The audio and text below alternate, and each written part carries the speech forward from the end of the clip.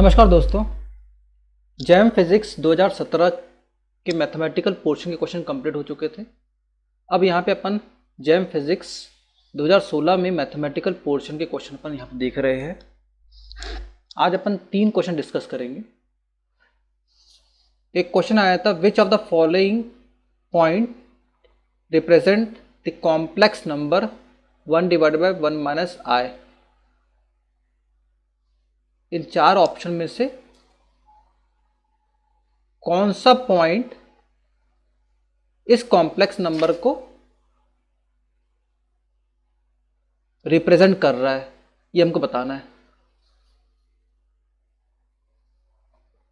ऐसे क्वेश्चंस को in general में अपन क्या करते हैं कि a प्लस आई बी के रूप में इसको ट्रांसफॉर्म करते हैं, कॉम्प्लेक्स नंबर को a प्लस आई बी के रूप में।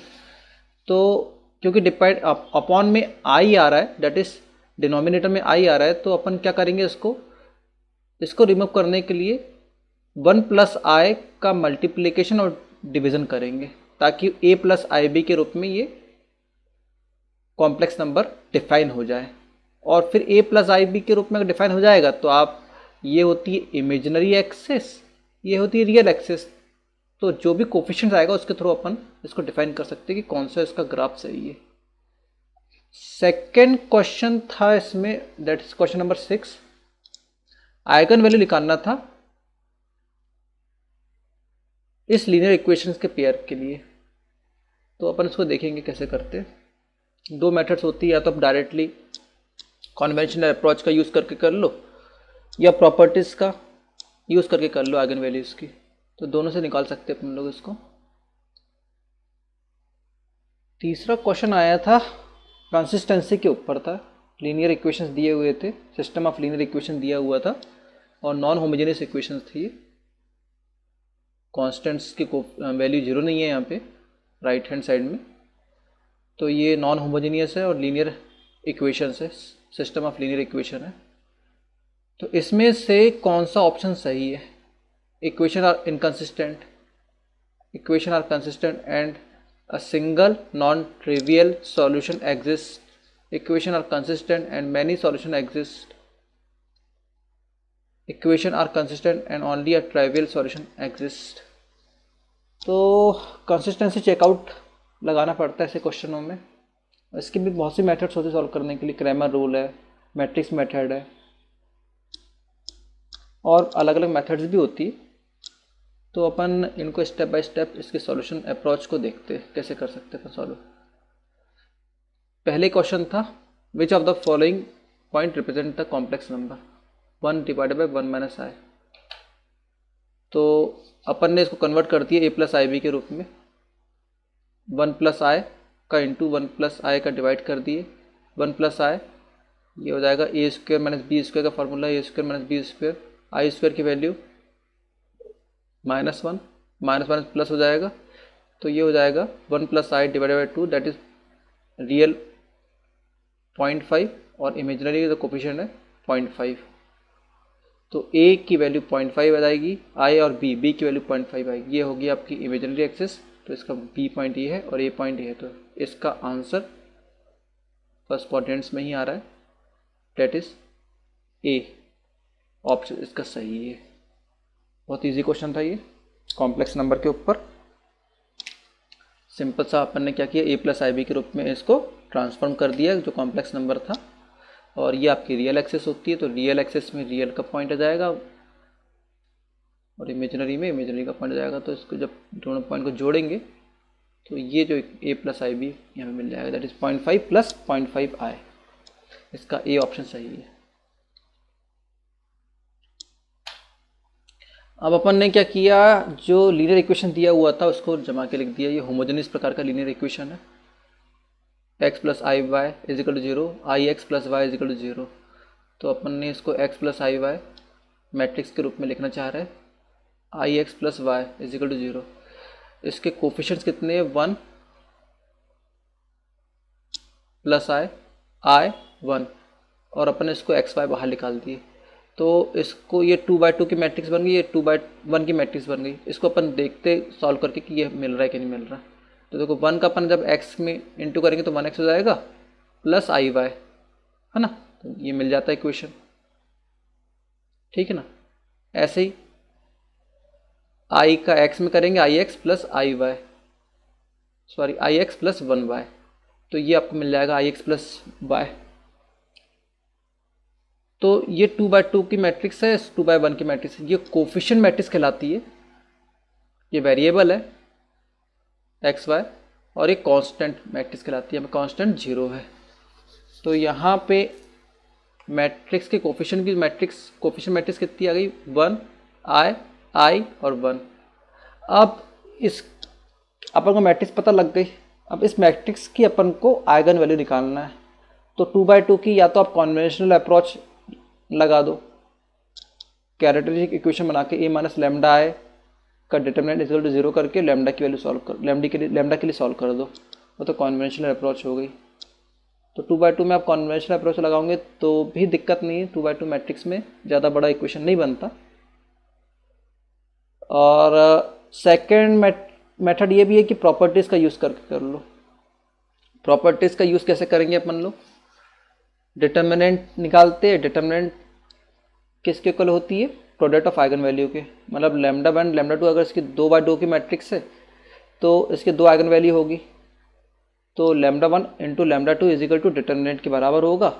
और दूसरी प्रॉपर्टी होती है ट्रेस के लिए, तो sum of eigen value equal to trace, तो मतलब कि lambda 1 plus lambda 2 is equal to 1 plus 1, trace ये कहलाता है, 1 और 1 का सम, डायगोनल एलिमेंट का सम ट्रेस कहलाता है। तो अपने पास इसमें 2 इक्वेशन बन जाएंगे। पहले अपन ने डिटरमिनेंट निकाल लिए, 1² माइनस आई स्क्वायर 1 प्लस 1, आई स्क्वायर की वैल्यू -1 होती है, दैट इज 1 प्लस 1 2 हो जाएगा। ये प्रोडक्ट ऑफ आइगन वैल्यू के बराबर होती है, lambda 1 into lambda 2 is equal to 2 हो जाएगा, एक इक्वेशन बन गया। सेकेंड इक्वेशन बन जाएगा ट्रेस के थ्रू, आइगन वैल्यू का sum lambda 1 plus lambda 2 is equal to trace, that is principal diagonal element का सम 1 प्लस 1 2, तो दोनों ही लैम्डा 1 इंटू लैम्डा 2 भी 2 आ रहा है, लैम्डा 1 प्लस लैम्डा 2 भी 2 आ रहा है। तो किसी एक इक्वेशन से रिप्लेस करके दूसरे इक्वेशन पुटअप कर देते हैं अपन। लैम्डा 2 इससे निकाल लिए, 2 माइनस लैम्डा 1, और इसको इक्वेशन नंबर 1 में पुटअप कर दिए, lambda 1 into 2 minus lambda 1 is equal to 2 lambda 1 minus lambda 1 का स्क्वायर इज इक्वल टू 2, ठीक है ना। इससे अपन ने लैम्डा का एक क्वाड्रेटिक इक्वेशन बना लिए, lambda 1 square minus 2 lambda 1 plus 2 is equal to 0।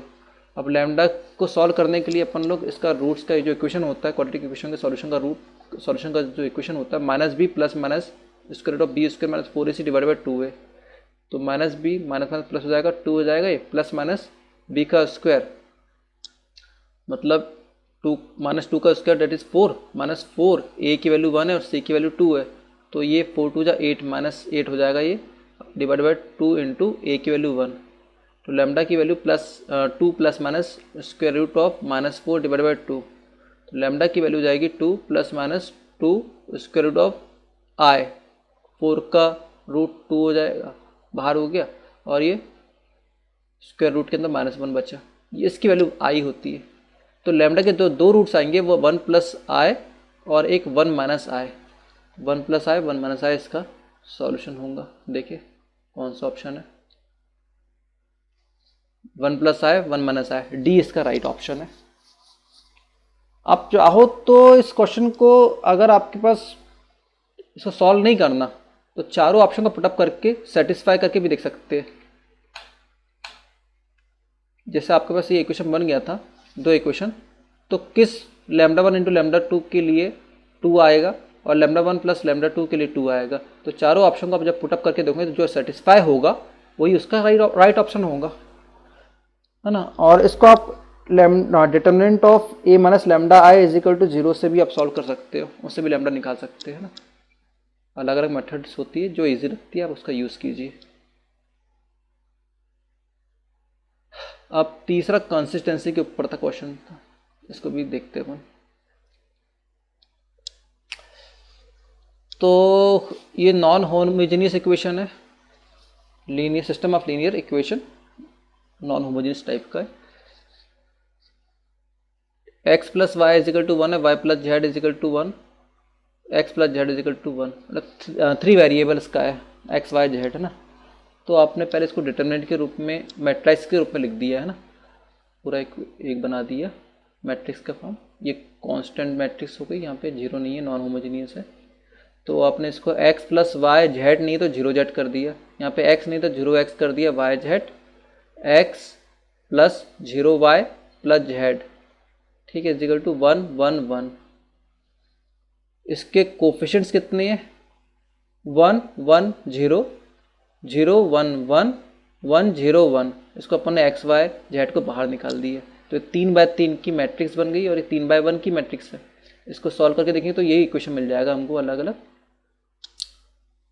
है ना।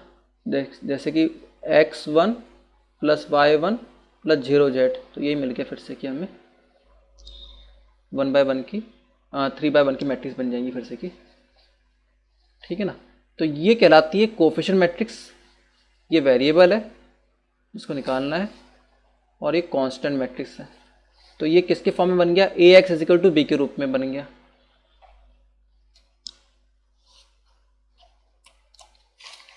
ठीक है ना। और इसकी एक ऑगमेंटेड मैट्रिक्स और डिफाइन करना पड़ता है, जो कि कोफिशिएंट मैट्रिक्स के एलिमेंट्स और कांस्टेंट मैट्रिक्स के एलिमेंट को साथ में रख देते हैं इस रूप में। ये कोफिशिएंट मैट्रिक्स के एलिमेंट्स है, dash dash dash dash dash dash, और ये कांस्टेंट मैट्रिक्स के एलिमेंट। इसको बोलते हैं ऑगमेंटेड मैट्रिक्स। 3/4 की मैट्रिक्स ऑगमेंटेड मैट्रिक्स कहलाती है। अब कंसिस्टेंसी चेकआउट करने के लिए क्या करते हैं अपन लोग को? रैंक निकालते बनना चाहिए मैट्रिक्स मेथड में।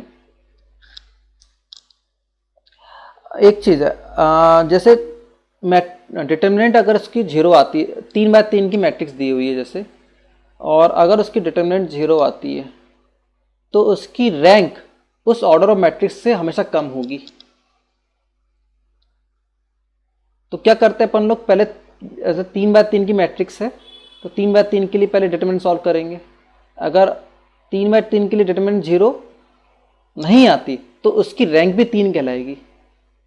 लेकिन अगर उसकी डिटर्मिनेंट 0 आ जाती है तो फिर 3/3 के बाद फिर 2/2 की मैट्रिक्स के लिए अलग अलग डिटर्मिनेंट निकालेंगे। 2/2 के लिए जितने भी 2/2 की मैट्रिक्स बन जाए उसमें 3/3 से 1 2 3 4 करीब बनेंगी। तो उसके लिए किसी एक के लिए भी अगर डिटर्मिनेंट की वैल्यू 0 नहीं आती तो उसकी रैंक 2 कहलाएगी। अगर सभी की डिटर्मिनेंट की वैल्यू 0 हो जाएगी तो फिर उससे कम होगी, तो एसेंशियली रैंक उस समय 1 होगी, क्योंकि 1/1 की तो मैट्रिक्स में रैंक 1 ही आ जाएगी सिर्फ। 2/2 मतलब 3/3 से 2/2 के लिए किए, 2/2 से 1/1 के लिए किए। ऐसे 4/4 के लिए अगर मैट्रिक्स है तो 4/4 के लिए अगर सॉल्व करेंगे डिटर्मिनेंट की वैल्यू अगर 0 आ जाती है तो उसकी रैंक 4 से कम होंगी ऑर्डर ऑफ मैट्रिक्स से। फिर 3 के लिए सॉल्व करेंगे, फिर 2 के लिए करेंगे, 1 के लिए करेंगे। अगर जिसके लिए डिटर्मिनेंट की वैल्यू 0 नहीं आती वही उतने ऑर्डर की रैंक कहलाती है ना। ये तो रैंक के लिए हो गया। अब यहाँ पे हमें क्या करना है? ax इजिकल टू b के रूप में ऑगमेंटेड मैट्रिक्स अपन ने यहाँ पे डिफाइन कर दी है। अब कंसिस्टेंसी चेकआउट करने में क्या करते हैं अपन?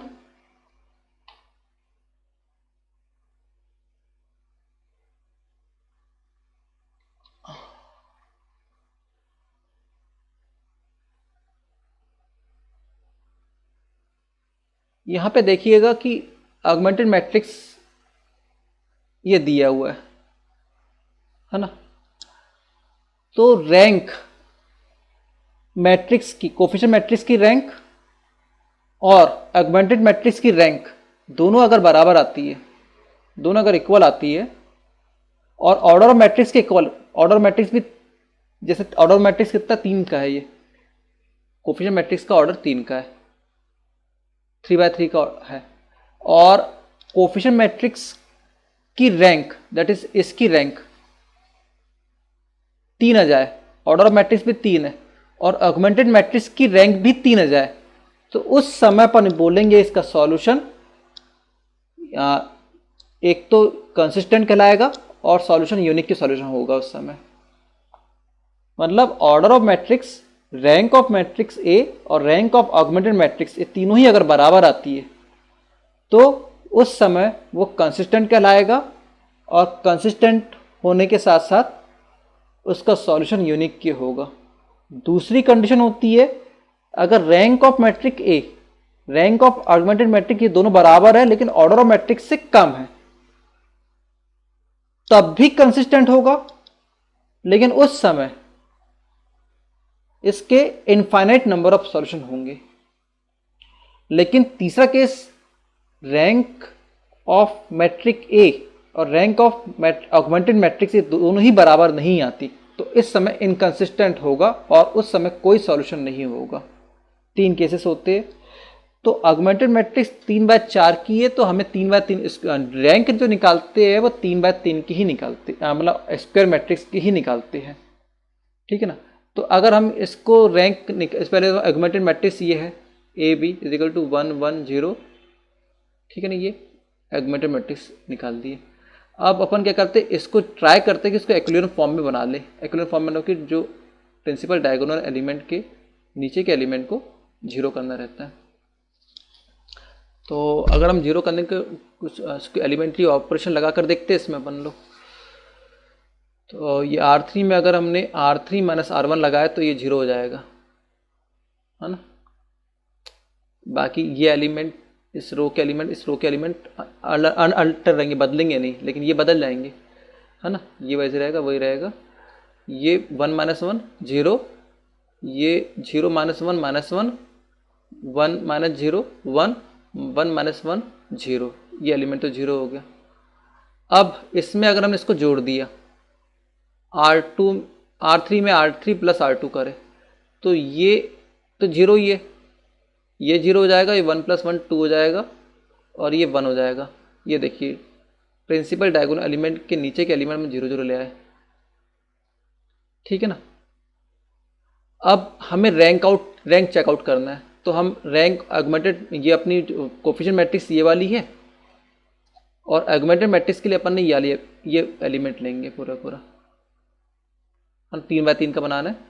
तो ये लेंगे अपन एक मैट्रिक्स ए, और ऑगमेंटेड मैट्रिक्स के लिए अपन ये मैट्रिक्स लेंगे। दोनों की अगर रैंक चेकआउट करना है, और रैंक अगर बराबर जाती है, और ऑर्डर ऑफ मैट्रिक्स इसमें कितनी है, 3 ऑर्डर की है, 3/3 की है ना। मेन एलिमेंट जो कोफिशिएंट मैट्रिक्स है 3/3 की है, तो एन की वैल्यू 3/3 है, बेसिकली एन की वैल्यू 3 है।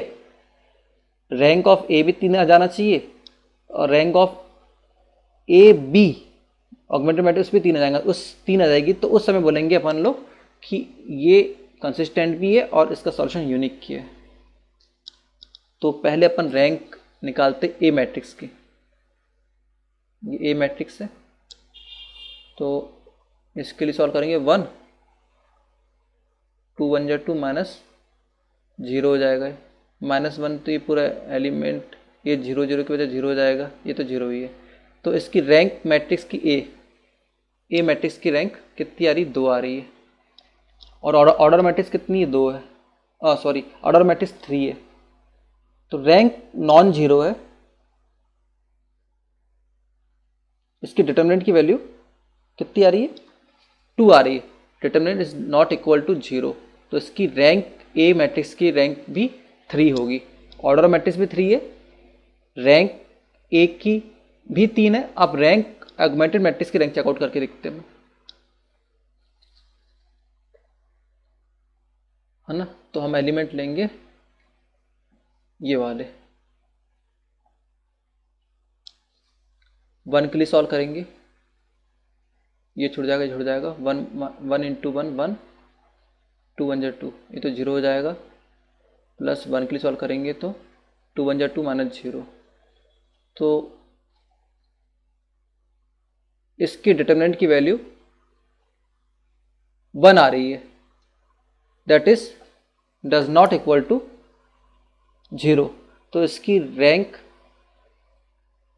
3/3 ऑर्डर की मैट्रिक्स है, तो रैंक भी इसकी 3 ही होगी। तो इस पर्टिकुलर प्रॉब्लम में हमने देखे कि रैंक ऑफ ए और रैंक ऑफ ए बी और ऑर्डर मैट्रिक्स तीनों ही बराबर है, और तीनों बराबर है और इक्वल टू 3 है ना। तो एक कंसिस्टेंट होगा, और इसका केवल एक ही सॉल्यूशन होगा, और यूनिक की सॉल्यूशन कराएगा, है ना। तो हमें ये पता लग गया कि यूनिक की सॉल्यूशन है रैंक फाइंड करने के लिए डिटर्मिनेंट चेकआउट करते हैं। डिटर्मिनेंट अगर जिस ऑर्डर की मैट्रिक्स है, डिटर्मिनेंट उस ऑर्डर का डिटर्मिनेंट अगर 0 नहीं आता तो रैंक भी उसी ऑर्डर की कहलाएगी जिस ऑर्डर की मैट्रिक्स है। ये पता लग चुका है। इसमें हमें रैंक पता लग गई, ए और ए बी की रैंक दोनों की रैंक भी 3-3 आ रही है, ऑर्डर ऑफ मैट्रिक्स भी 3 है, तो ये कंसिस्टेंट है और इसका केवल एक ही सॉल्यूशन है और एक सॉल्यूशन को हम यूनिक की सॉल्यूशन बोलते हैं। अब यहां तक के क्वेश्चन तो कंप्लीट हो चुका है। हमें इतना ही पूछा था इस क्वेश्चन में। देखिए तो इसमें से ऑप्शन चेकआउट करते हैं। इक्वेशन आर इनकंसिस्टेंट, ए तो गलत है। Equation are consistent and single non trivial solution, एक बी ऑप्शन का सही है। Equation are consistent and many solution, ये तो गलत हो गया। कंसिस्टेंट तो है लेकिन चूंकि ऑर्डर ऑफ मैट्रिक्स और रैंक एगमेंटेड मैट्रिक्स और रैंक जो कोफिशिएंट मैट्रिक्स की सेम आ रही है तो मैनी सॉल्यूशन तो नहीं होगा, कंसिस्टेंट तो है। सी भी गलत है। D equation are consistent and only trivial solution exist. अब दो ऑप्शन में यहाँ पे बी और डी में आप कंफ्यूजन, एग्जाम में टिक करने में कंफ्यूजन आ सकता है आपको कि क्या टिक करे बी और डी। तो जो नॉन होमोजेनियस इक्वेशन होते हैं बेसिकली उसमें क्या होता है, अगर डिटर्मिनेंट की वैल्यू कोफिशिएंट मैट्रिक्स के आपने डिटर्मिनेंट निकाला है और डिटर्मिनेंट की वैल्यू अगर 0 नहीं आती तो वो नॉन ट्राइवियल सॉल्यूशन कहलाता है। नॉन होमोजेनियस में डिटर्मिनेंट की वैल्यू अगर 0 नहीं आती है तो वो नॉन ट्राइवियल सॉल्यूशन कहलाता है। यूनिक क्यों कहलाएगा, नॉन ट्राइवियल सॉल्यूशन कहलाएगा। लेकिन अगर डिटर्मिनेंट 0 हो जाती है तो अब फिर क्या करते हैं अपन, 2/2 के लिए चेकआउट करते हैं, वो एक अलग केस हो जाता है। और ऐसे ही केस में अगर यही एक एग्जांपल बता देता है, अगर होमोजेनियस इक्वेशन रहता उस समय भी अगर डिटर्मिनेंट की वैल्यू 0 के इक्वल नहीं आती तो उस समय वो ट्राइवियल सॉल्यूशन बोलते, उस समय ट्राइवियल सॉल्यूशन कहलाता। क्योंकि उसमें ट्राइवियल सॉल्यूशन मतलब कि उसका केवल सॉल्यूशन 0 0 0। ट्राइवियल और नॉन ट्राइवियल का मतलब ये होता है कि उसके कोई ना कोई वैल्यू आएगी एक्स वाई जेड की, और ट्राइवियल का मतलब ये होता है कि जो एक्स वाई और जेड की वैल्यू 0 0 0 मिल जाए, ट्राइवियल सॉल्यूशन। तो होमोजेनियस केस में, क्योंकि होमोजेनियस केस में जो राइट हैंड साइड 0 के ऊपर रहती है और उस वजह से हमें बोलेंगे कि कोफिशिएंट मैट्रिक्स के लिए अब डिटर्मिनेंट की वैल्यू अगर 0 नहीं आती होमोजेनियस केस में तो उस समय केवल उसका ट्राइवियल सॉल्यूशन होगा 0, और ट्राइवियल सॉल्यूशन होगा तो उसका सॉल्यूशन जो होगा वो एक्स वाई जेड की वैल्यू 0 0 0 ही आएगी। लेकिन नॉन होमोजेनियस केस में अगर आप उसके डिटर्मिनेंट की वैल्यू 0 के इक्वल नहीं आती तो अपन ये बोलेंगे उसका नॉन ट्राइवियल सॉल्यूशन होगा, उसमें एक्स वाई जेड की वैल्यू कुछ ना कुछ मिल के आएगी। ठीक है ना। तो अपन ये पता लग चुका है। तो ये तो पता लग चुका है कि इसका रैंक ए और ए बी की रैंक ऑर्डर ऑफ मैट्रिक्स तीनों बराबर है, ये कंसिस्टेंट है, इसका एक सॉल्यूशन यूनिक सॉल्यूशन कहलाएगा। अब सॉल्यूशन क्या होगा इसको देखते हैं अपन लोग। अपन ने जब इसको रिड्यूस किए थे एक्विवेलेंट फॉर्म में तो ये आ गया था, बैक साइड इक्वेशन देखेंगे अपन तो, है ना। तो ये x था, ये y था, ये z था। तो हम देखेंगे तो ये तो 0 0 हो गया, तो z की वैल्यू 1 हो जाएगी, सिंपल ना। ये z है, ये कोफिशिएंट मैट्रिक्स के लास्ट के एलिमेंट है, ये एलिमेंट ना। तो हम क्या बनेंगे 0 × x 0 × y 2 × z is equal to 1। तो 2 × z इजिकल टू 1 मतलब z की वैल्यू 1/2 हो जाएगी। सेकेंड इक्वेशन देखेंगे तो 0 × x 1 × y 1 × z is equal to 1। तो y प्लस z की वैल्यू 1 आ जाएगी, जबकि z की वैल्यू हाफ है तो यहाँ पे हाफ पुटअप करेंगे तो y की वैल्यू भी हाफ आ जाएगी। तीसरा इक्वेशन बनता था 1x + 1y इजिकल टू 1। तो y की वैल्यू अगर हाफ पुटअप करेंगे तो x की वैल्यू 1/2 मिल जाएगी। तो हमें तीनों की वैल्यू इस केस में हाफ आ रही है। तो इसका जो आंसर आएगा राइट ऑप्शन वो होगा बी। बी इसका राइट ऑप्शन है। है ना, क्योंकि डिटर्मिनेंट की वैल्यू तो 0 के इक्वल नहीं आई थी 3/3 ऑर्डर की। तो नॉन ट्राइवल सॉल्यूशन मतलब हमें एक्स वाई जेड की कुछ न कुछ वैल्यू मिल के आई अदर देन 0। 0 का मतलब ट्राइवल होता है, एक्स वाई जेड की वैल्यू अगर 0 मिल जाती है तो ट्राइवल बोलते हैं अपन उस समय। तो इसका बी ऑप्शन सही है। थैंक्स।